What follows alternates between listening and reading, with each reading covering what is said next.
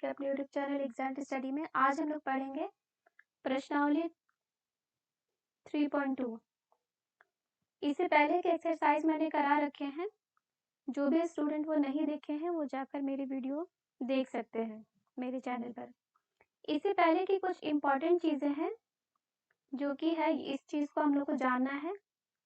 यह जो है कंडीशन, ये बहुत इम्पॉर्टेंट है, इसको हम लोग को याद रखना है, ठीक है। ये क्या है, अगर यहाँ पर दो समीकरण दिए हुए हैं, इस तरह के आपको दिए हुए रहेंगे और आपको बताना है कि ये रेखाएं बिना ग्राफ खींचे आप बताइए कि ये रेखाएं एक दूसरे को प्रतिच्छेद करती हैं या संपाती करती हैं या फिर समानांतर करती हैं। तो आइए इसको डिटेल में जानेंगे। मान लीजिए A1 बटे में है A1 बटे A2 not equal to B1 by B2, तो क्या होगा, वहाँ पे नंबर दिए रहेंगे, x का कोफिशिएंट यहाँ पे रहेगा, x का गुणांक जिसको बोलेंगे, y का गुणांक रहेगा नंबर में। तो वो जब एक दूसरे के इक्वल नहीं रहेंगे, बराबर नहीं रहेंगे, तो वो रेखा एक दूसरे को प्रतिच्छेद करती है, मतलब एक दूसरे को काटती हैं। देखिए इस तरह से, उसमें क्या होगा, एक हल निकलता है। जब एक दूसरे को काटेंगी तो यह एक हल निकलता है, एक पॉइंट तो मिल रहा है ना। तो इसको कहते हैं संगत, जिसको देखिए यहाँ पर मैंने सभी के इंग्लिश में भी टर्म लिख दिए हैं, जो कि मैं चाहती हूँ कि आप सब इस इंग्लिश वाले लाइन को भी समझे और जाने कि प्रतिच्छेद रेखाएं किसे कहते हैं, इंटरसेक्टिंग कहते हैं उसे, इंटरसेक्टिंग लाइन, और संगत को कहते हैं कंसिस्टेंट, ठीक है। उसी तरह यहाँ पर है A1 by A2 equal to B1 by B2 equal to C1 by C2, यानी जब सभी इक्वल रहेंगे तब क्या होगी हमारी ये रेखाएं, देखिए एक दूसरे के ऊपर, इस तरह से एक दूसरे के ऊपर और एक रेखाएं ऊपर से आ गई हैं, ठीक है। इस तरह की रेखाएं बनेंगी अगर इस सारे जो है x के कोफिशिएंट, ये है y के कोफिशिएंट और ये है कांस्टेंट, सब इक्वल रहेंगे तो इस तरह की रेखाएं बनेंगी जिसके अनेक हल निकलेंगे। क्योंकि यहाँ पर जब एक दूसरे से सटी हुई, तो यहाँ पे बहुत सारे बिंदु होंगे ना, तो अनेक अनंत जो है इसके हल है, अनेक हल है, और इसको बोलेंगे संगत। जब हल अगर निकल रहे हैं तो उसको संगत यानी कंसिस्टेंट कहेंगे। ये चैप्टर में हम लोग एक्सरसाइज जब बनाएंगे तो वहां पे हम लोगों को देखने के लिए मिलेगा कि यह जो इक्वेशन दिया हुआ है ये संगत है कि असंगत है, ठीक है। और उसी तरह से A1 by A2 equal to B1 by B2 not equal to C1 by C2, यह जो है समानांतर रेखाएं बनेंगी जब ये बराबर नहीं होंगे, ये दो बराबर होंगे और ये तीसरा बराबर नहीं होगा, तो यह कैसी रेखाएं बनेंगी, समानांतर, जिसका कोई हल नहीं है, क्योंकि ये एक दूसरे को टच ही नहीं कर रही है ना, किसी ये ना ही काट रही हैं और ना ही एक दूसरे को, तो इसका कोई हल नहीं निकलेगा। और जब हल नहीं निकलेगा उसे कहेंगे असंगत, इनकंसिस्टेंट, ठीक है। यह जो है आपके बुक में भी दिया हुआ है, आप पीछे में देख सकते हैं, इस तरह का टेबल बना हुआ, लेकिन मैंने सोचा कि इसको डिटेल में आपको समझा दूं, और इसे आप चाहें तो अपनी कॉपी पर नोट डाउन कर सकते हैं। तो आइए स्टार्ट करते हैं एक्सरसाइज 3.2 का। यह देखिए कि कक्षा 10 के 10 विद्यार्थियों ने एक गणित की पहेली प्रतियोगिता में भाग लिया। यदि लड़कियों की संख्या, यहाँ क्या दिया है, लड़कियों की संख्या लड़कों की संख्या से 4 अधिक है, तो प्रतियोगिता में भाग लिए लड़कों और लड़कियों की संख्या ज्ञात कीजिए। यहाँ पे क्या ज्ञात करना हम लोग को, लड़कों और लड़कियों की संख्या निकालना है। तो इसको बनाएंगे सबसे पहले ऐसे, जो हम लोग को निकालना है उसे x मानेंगे, जो ज्ञात करना है उसे x मानेंगे। तो देखिए यहाँ पर सॉल्यूशन, माना लड़कों की संख्या, लड़कों की संख्या, लड़कों की संख्या क्या मानेंगे, x, और यहाँ पर क्योंकि हम लोग को पता नहीं है लड़कियों की संख्या, ये मैं सेम लिख रही हूँ इसलिए मैंने इस तरह के साइन दिए हैं, ठीक है। y अब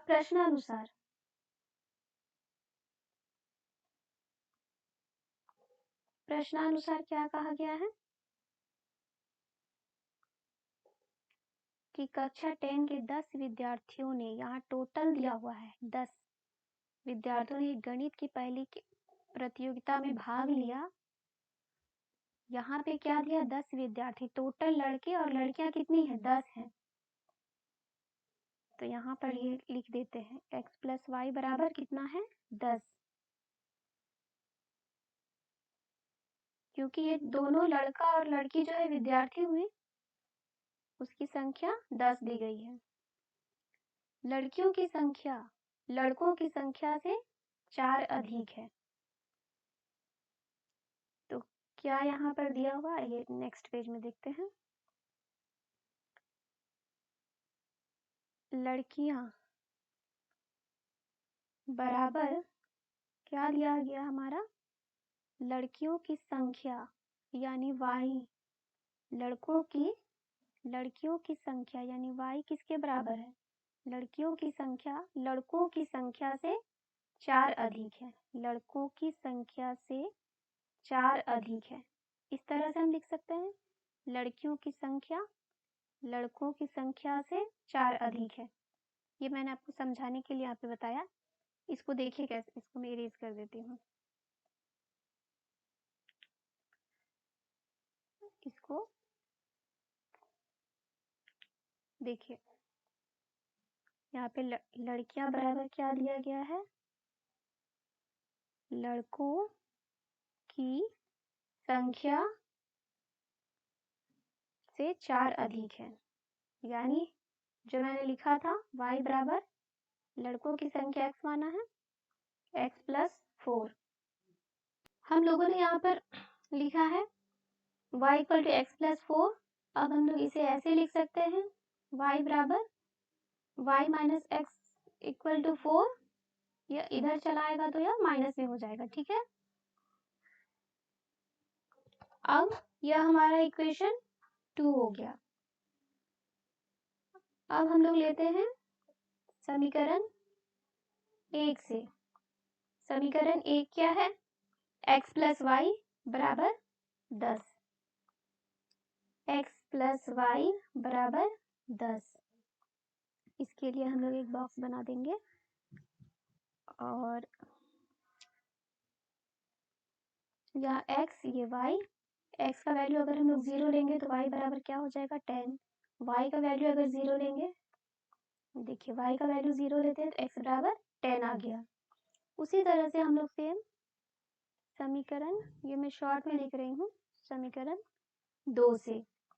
तो समीकरण 2 क्या है, y माइनस एक्स बराबर 4। इसके लिए भी हम लोग बॉक्स बनाएंगे। आपको ग्राफ बनाएंगे तो आप इस तरह से बॉक्स बनाकर देखिए, यहाँ पर y का वैल्यू अगर 0 लेते हैं, नहीं पहले x का वैल्यू लेते हैं, तो इनटू हो जाएगा, माइनस सारा 0 हो गया, तो y का वैल्यू कितना आ गया, 4। अब y का वैल्यू अगर 0 लेंगे तो x का वैल्यू कितना आएगा, देखिए y माइनस एक्स बराबर 4 है। y का वैल्यू अगर 0 लेंगे तो यहाँ पर कितना बचेगा, माइनस एक्स बराबर 4। इसको ऐसे लिख सकते हैं, x इक्वल टू माइनस 4। तो यहाँ पर x का वैल्यू क्या आएगा, माइनस 4। अब इसे ग्राफ में यूज करते हैं। तो चूंकि पहला क्या था, x 0 और y 10, x 0 और y 10, यानी हम लोग को इस पॉइंट पे जाना है, x 0 और y 10। नेक्स्ट क्या था हमारा second point, x 10 y 0, x 10 और y, x 10 और y 0। यह जो है हमारा पहला नंबर और दूसरा नंबर x को डिनोट करता है, ठीक है। इसी फॉर्म में हम लोग को लेकर चलना है x और y। इसको क्या करेंगे हम लोग, इस तरह से स्केल की हेल्प से इसे मिला देंगे, यहाँ पर इस तरह से ये मिल जाएगा।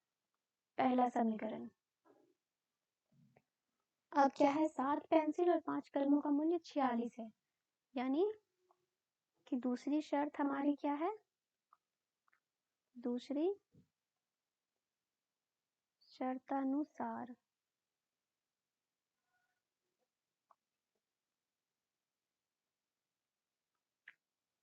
सात पेंसिल, यानी 7 पेंसिल क्या है, x है, तो x प्लस 5 कलम यानी 5y, कलम को y माना है हम लोगों ने इसलिए 5 गुने y बराबर कितना है, 46।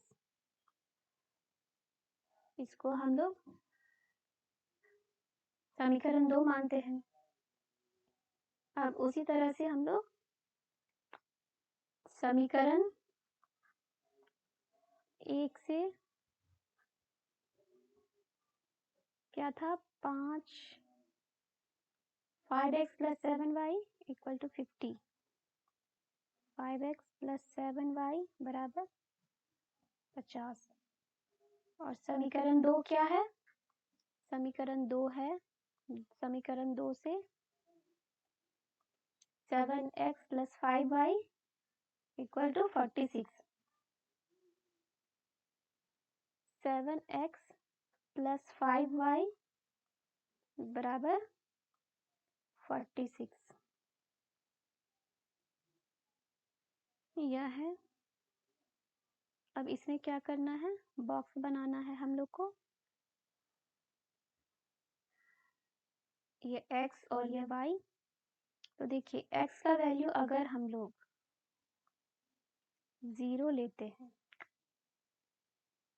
तो y, ये तो फिर नीचे आके फिर ये कटेगा नहीं, तो हम लोग को कोशिश करना है कि बटे में आने पे दिक्कत होगा, बटे मतलब इस तरह 3/2 आ गया, कोई x का वैल्यू या y का वैल्यू इस तरह से आ गया, तो हम लोग को ग्राफ खींचने में प्रॉब्लम होगा, इसलिए हम लोग कोशिश करेंगे कि बटे में ना आए। तो देखिए x का वैल्यू अगर हम लोग 3 लेते हैं, इसे मैं डिटेल में आपको बताती हूँ। x का वैल्यू अगर 3 लेंगे तो 7y बराबर 50 इस तरह से लिखेंगे, तो 5 दिया 15 प्लस 7y बराबर 50, तो 7y बराबर क्या हो जाएगा, 50 माइनस 15 क्या हो गया, 50, और यहाँ 4 बचेगा, माइनस करेंगे 35, इसलिए y बराबर क्या हो जाएगा, 35/7। तो क्या हो जाएगा हमारा y का वैल्यू 5, तो y का वैल्यू हमारा आ गया 5। अब अगर हम लोग y का वैल्यू अगर 0 लेंगे तो x का वैल्यू उसी तरह से 5x, ये तो पूरा 0 हो जाएगा बराबर 50, और x का वैल्यू हो जाएगा 50/5, क्या हो गया 10। अब इसमें आते हैं दोस्तों, ये मैं आपको डिटेल में बता रही हूँ ताकि आप कंफ्यूज ना हो, आप डायरेक्टली इस तरह से सोचकर लिख सकते हैं, लेकिन एग्जाम में इस तरह से दिखाने की जरूरत नहीं है, आप इसको रफली करेंगे और यहाँ पे अपना नंबर जो वैल्यू आएगा वो रखते जाएंगे। अब इसमें देखते हैं x की वैल्यू अगर हम x और ये हो गया y, x की वैल्यू अगर हम 3 लेंगे,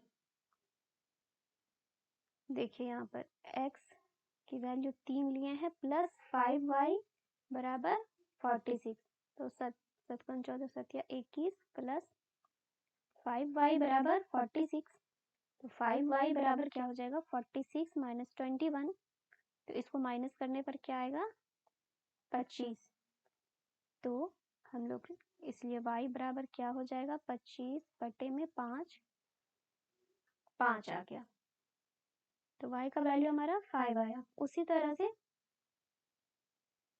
ये आपको सोचना पड़ेगा कि हम लोग क्या ऐसा लें। देखिए 0, अगर 0 ले लेते हैं तो सिंपली आ जाता तो वो ठीक है, लेकिन यहाँ पे 0 लेने पर भी नहीं आएगा। देखिए y का वैल्यू अगर 0 लेते हैं तो यहाँ पर क्या होगा, ये बट्टे में 7 आ जाएगा, तो 7 से 46 कटेगा नहीं, उसलिए इसको सोचना पड़ेगा। यहाँ पे माइनस y का वैल्यू -2 लेती हूँ तो क्या होगा हमारे पास 7x प्लस 5 माइनस 2 बराबर 46। तो 7x प्लस यहाँ पे माइनस हो जाएगा क्योंकि मल्टीप्लाई होता है, तो माइनस 5 दूनी 10 46। तो 7x बराबर 46 प्लस ये इधर चला जाएगा तो प्लस में हो जाएगा तो 10, और क्या होगा हमारा, ऐड करेंगे तो 56। तो इसलिए x की वैल्यू क्या होगी हमारी, 7 8 56 है ना। x की वैल्यू हमारी होगी 8। तो अब हमारा ये बॉक्स बन गया है। अब हम लोग बनाएंगे इसका ग्राफ। तो सबसे पहला क्या था हमारा, x3 और y5। x3 x ये 3 हो गया और y है 5, यानी ये वाला पॉइंट x3 और y 5। नेक्स्ट पॉइंट क्या है हमारा, x10 y0, x10 y0, यानी यही सेम पॉइंट रहेगा x10 y0। अब इसको हम लोगों को क्या करना है, इसको मिला देना है स्केल से, ठीक है।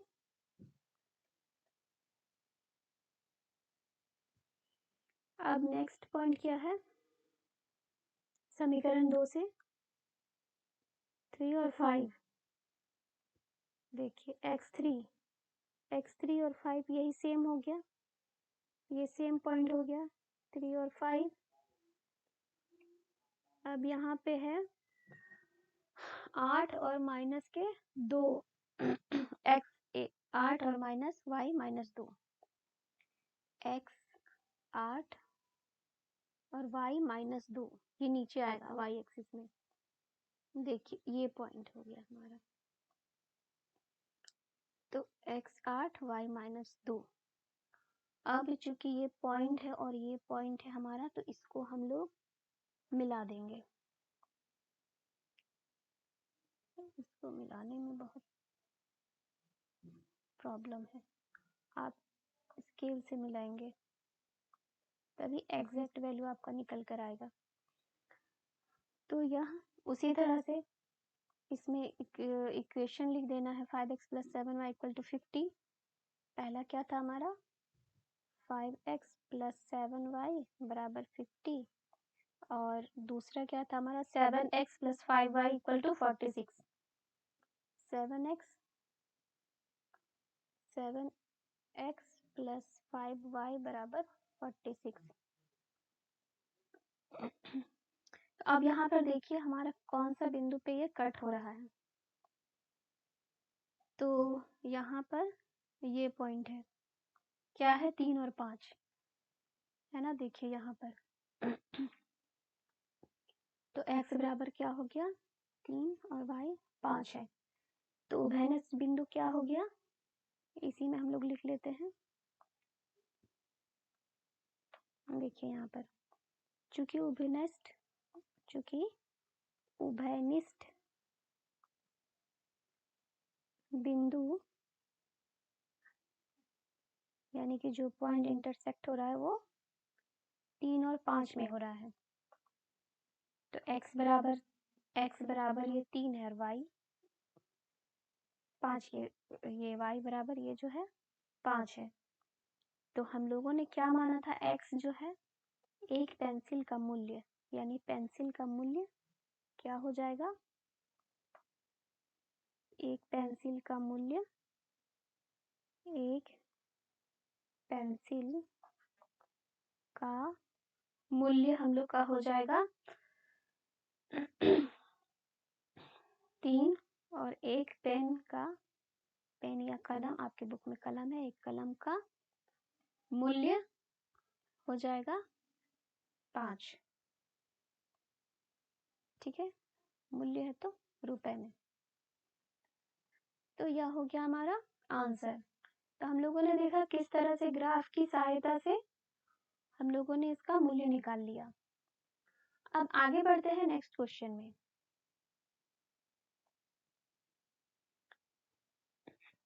यह नेक्स्ट क्वेश्चन देखिए, क्वेश्चन नंबर 2 जो कि बहुत इजी है।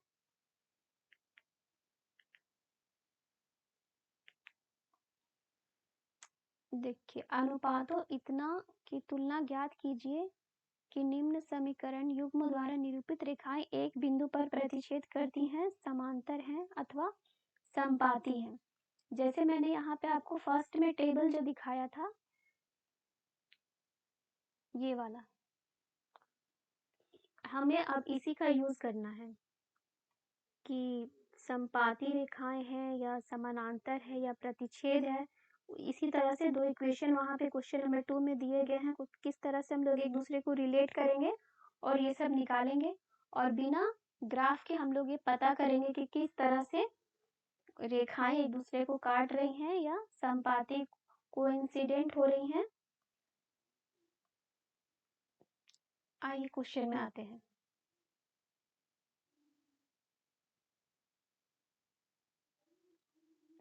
क्वेश्चन नंबर 2 है, सबसे पहला क्वेश्चन है हमारा ये 5x - 4y equal +8 equal to 0। देखिए यहाँ पे मैंने क्वेश्चन लिख रखा है ताकि बार बार मुझे उस पेज पे ना जाना पड़े। ये जो है समीकरण 1 हो गया, यह समीकरण 2 हो गया। तो अब हम लोगों को क्या करना है,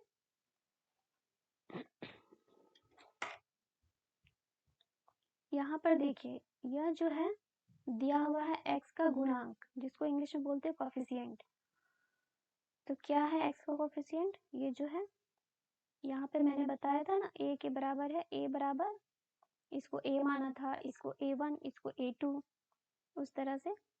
तो a बराबर हम लोग यहाँ लिखेंगे a बराबर a1 बराबर 5, b1 बराबर, या a1 ये b1 ये c1, ठीक है, ये a2 ये b2 ये c2। उसी तरह से हम लोग को वैल्यू बैठाना है और बनाना है, बहुत इजी है। a2 बराबर 7 और ये y का जो कोफिशिएंट है ये b2 के बराबर है, b2 बराबर 6 और ये c2 बराबर -9। तो अब हम लोग देखते हैं कि यहाँ पर a1 बटे में a2 और b1 बटे में b2 कितना हो जाएगा, 5/7 और ये -4/6। तो ये बराबर नहीं है, तो नॉट इक्वल टू।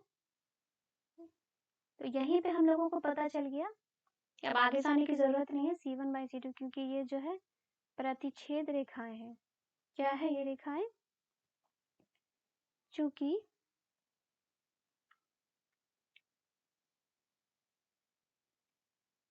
इसके नीचे आप लिखेंगे, चूंकि a1/a2 not equal to b1/b2। तो वहां पे मैंने टेबल में आपको वहां पे मैंने दिखाया है, आप देख सकते हैं कि a1/a2 not equal to b1/b2, यह क्या है, प्रतिच्छेद रेखाएं, यानी एक दूसरे को काटती हैं।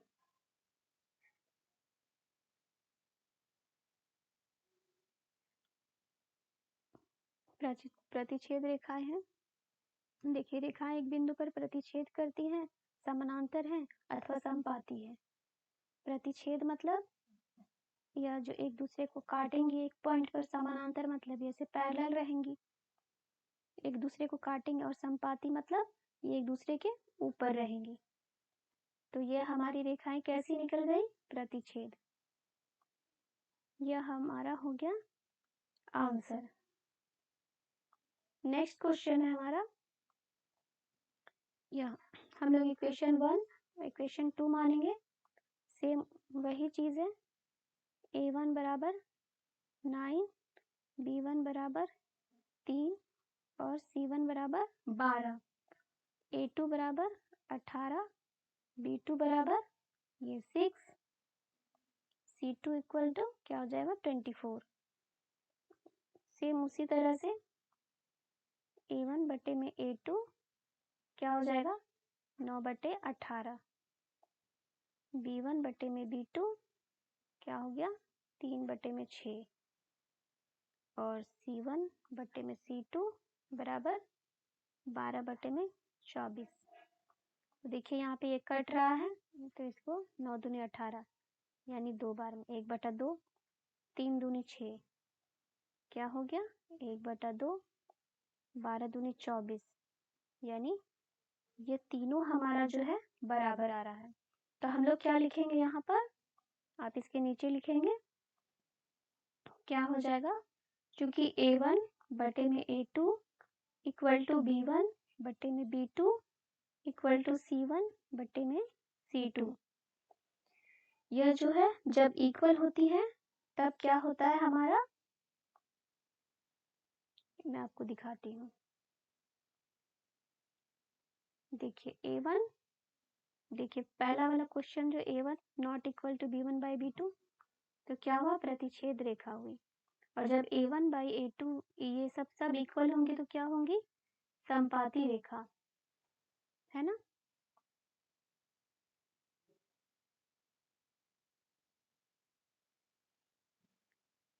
तो हम लोग क्या लिखेंगे यहाँ पर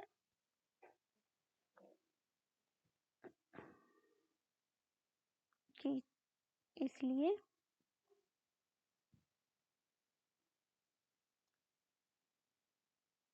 समीकरण की रेखाएं समपाती हैं। यह हो गया आंसर। नेक्स्ट क्वेश्चन है हमारा क्वेश्चन नंबर 3। ये इक्वेशन मानेंगे इक्वेशन 1 इक्वेशन 2। अब इसको देखिए क्या हो जाएगा यहाँ पर A1 बराबर 6 B1 बराबर -3 C1 बराबर 10 A2 बराबर 2 और ये B2 बराबर यहाँ कुछ नहीं है मतलब -1 और ये C2 बराबर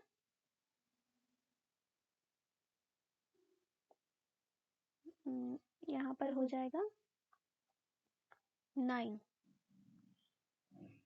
तो अब हम लोग सेम उसी तरह से वैल्यू बैठाएंगे 6 बटे में 2 ये B1 बटे में B2 बराबर क्या हो जाएगा -3 बटे में -1 तो ये दोनों कैंसिल हो गया। यहाँ पे क्या बचेगा 2 तिया 6 और यहाँ पे बचेगा 3 और यहाँ पे C1 बटे में C2 बराबर क्या है 10 बटे में 9। तो देखिए ये दोनों इक्वल है हमारा और ये C1 बाई C2 ये इक्वल नहीं है। तो इसका भी हम लोगों ने क्या बनाया था A1 A2 बराबर B1 बटे में B2 और यह नॉट इक्वल टू C1 बटे में C2। यह क्या थी हमारी समानांतर रेखाएं का कंडीशन हमारा था ये। तो इसलिए समीकरण की रेखाएं कैसी हैं समानांतर हैं, समानांतर हैं। ये ANS आंसर हो गया। आई होप आपको इतना समझ में आया होगा। अब नेक्स्ट क्वेश्चन में चलते हैं हम लोग क्वेश्चन नंबर 3। दोस्तों आपको देख के डर लगता होगा कि कितना डिफिकल्ट है, लेकिन बिल्कुल भी डिफिकल्ट नहीं है, ये बहुत इजी है। सेम जो मैंने दूसरा नंबर बनाया उसी तरह सेम है यह तीसरा नंबर। उसी तरह से है अनुपात इतना की तुलना ज्ञात कीजिए निम्न रेखाएं समीकरण के युग्म संगत है या असंगत है। मैंने कहा था ना संगत और असंगत। असंगत मतलब जिसका कोई भी सॉल्यूशन नहीं निकलेगा, हल नहीं निकलेगा, वो असंगत होगा और जिसका हल निकलेगा वह संगत होगा। तो हल किसका किसका निकलता है जब एक दूसरे को काटती है तब, और यह एक दूसरे पर संपाती होती है मतलब एक दूसरे पर को ओवरलैप करती है। जैसे एक सामान आपने रखा और दूसरी चीज़ इसी के ऊपर रख दी, ठीक है, तो यहाँ पे भी हल निकलता है। लेकिन जब रेखाएं एक दूसरे के पैरेलल में रहे, यानी समानांतर में रहे, तो वह हल नहीं निकलता है, कोई भी सॉल्यूशन नहीं निकलता, उसको असंगत कहते हैं। तो यही चीज़ हम लोग को दिखाना है कि संगत है या असंगत है। तो सेम वही प्रोसेस है कि इक्वेशन, देखिए मैंने यहाँ पे क्वेश्चन लिखा है, इसे मानेंगे इक्वेशन 1 या जो है इक्वेशन 2। अब इसको हम लोग उसी तरह से a1/a2 करके वैल्यू पुट करेंगे। तो क्या हो गया हमारा,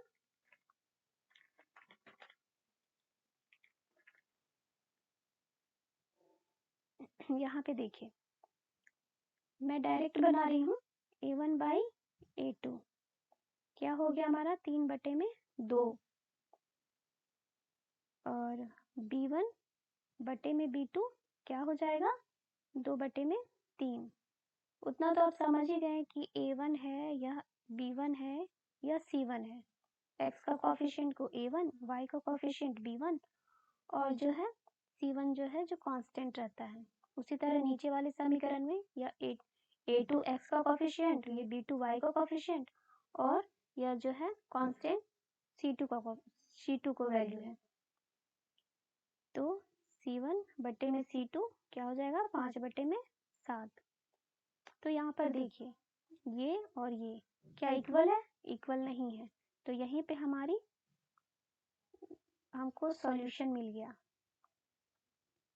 क्या मिला है कि a1/a2 not equal to b1/b2।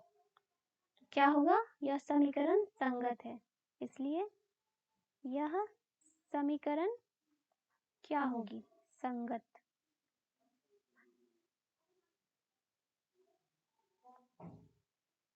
मैंने टेबल में बताया था a1/a2 not equal to b1/b2 जब रहेगी तो यह जो है एक दूसरे को लाइन को काटती है, तो सॉल्यूशन निकल रहा है, मतलब कि यह संगत है। उसी तरह से क्वेश्चन नंबर 2 मैं यहाँ पे लिख रखी हूँ, इसको इक्वेशन 1 मानेंगे, इक्वेशन 2 मानेंगे।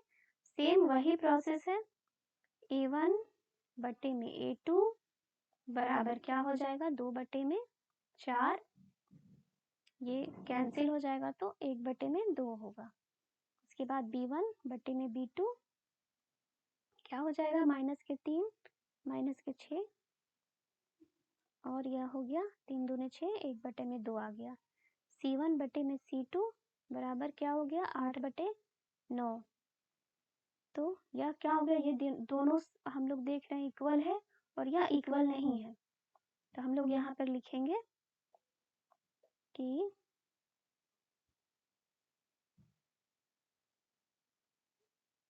a1/a2 इक्वल टू b1/b2 है ना। देख सकते हैं यहाँ पे 1/2 दोनों में आया है और किस में 1/2 नहीं आया है, c1/c2 में। तो अब यहाँ पर यह जो है यह कंडीशन किस में होता है, समांतर में।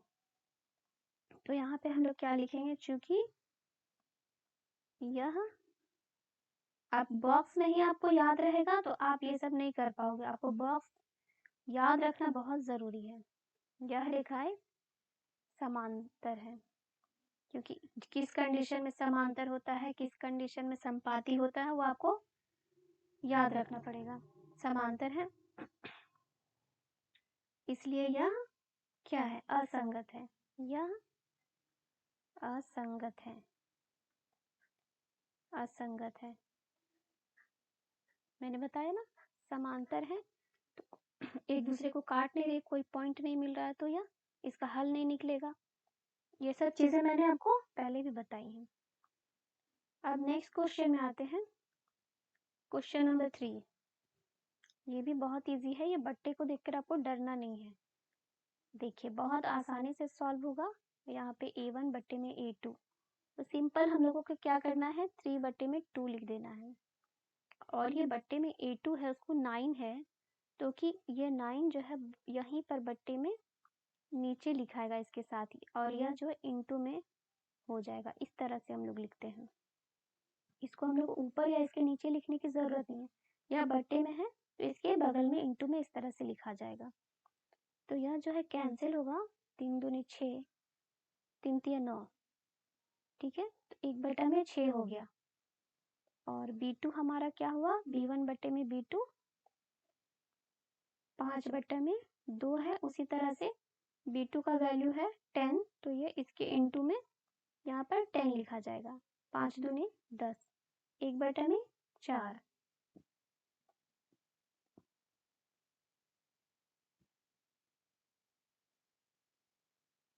और एक बार मैं क्वेश्चन देख लेती हूँ। क्वेश्चन नंबर कितना था, 3, 5/3 है। देखिए यहाँ पर मैं यहाँ पर 5/2 लिखी हूँ, तो 5/3 होगा। तो 5/3 है ये, ठीक है। तो यह हमारा इंटू होकर क्या हो जाएगा, 6, 3 दूनी 6। अब यहाँ पे C1 बट्टे में C2 बराबर क्या होगा, 7/4, 14। तो 7 दूनी 14, क्या हो गया, 1/2। तो यहीं पे हम लोग देख सकते हैं, और यहाँ पे माइनस है, एक चीज छूट गया यहाँ पे हमारा, ये माइनस के 10 है, यानी कि ये हमारा माइनस ही होगा, माइनस होगा, ठीक है। तो यहाँ पे हम लोग देख सकते हैं, आप देखिए एक साइन भी अगर आप छोड़ दोगे तो फिर आपका आंसर माइनस नहीं था, तो ये दोनों इक्वल आ रहा था ना। तो अब हम लोग नेक्स्ट क्या लिखेंगे इसके बाद, कि A1 बटे में A2 not equal to B1 बटे में B2। तो यहीं पे हमारा आंसर आ गया कि दूसरे ये लाइन एक दूसरे को काट रही है ना, प्रतिच्छेद कर रही हैं, क्योंकि ये दोनों इक्वल नहीं है। तो इसका थर्ड वाला को देखने का जरूरत नहीं है हम लोग को। तो क्या लिखेंगे हम लोग, यह रेखा एक दूसरे को प्रतिच्छेद करती है, तो क्या हो गया, इसलिए यह संगत है ना, संगत। आप बॉक्स मैंने जो बनाया था वहां पे देखेंगे कि इस तरह की कंडीशन में रेखाएं संगत होती हैं। चलिए अब आते हैं नेक्स्ट क्वेश्चन पे। इसमें जो है एक्सरसाइज में क्वेश्चन नंबर 3 में जो है हम लोगों का क्वेश्चन नंबर 4 और क्वेश्चन नंबर 5 और 2 क्वेश्चन है। यह मैं आप लोग के लिए होमवर्क छोड़ रही हूँ, आप इसको घर में बनाइएगा और देखिएगा कि कितना इजी ये बनता है, क्योंकि जब तक आप बनाएंगे नहीं तो आपको समझ में नहीं आएंगी चीजें, ठीक है। तो और आप बनाएंगे और कमेंट करके मुझे बताएंगे कि आपसे बना कि नहीं, क्योंकि जब तक आप दिमाग नहीं लगाओगे, प्रैक्टिस नहीं करोगे, तब तक मेरा तो मुझे बनाना रहता तो मैं तो बना ही देती। मैं बनाने का बना सकती हूँ, लेकिन मैं अभी बनाऊंगी नहीं। ये मैं 2 क्वेश्चन आप लोगों के लिए छोड़ रही हूँ, और आई होप आप सबसे बन जाएगा, क्योंकि 3 क्वेश्चन मैंने सॉल्व करा रखे और सेम उसी प्रोसेस में बनेगा, ठीक है।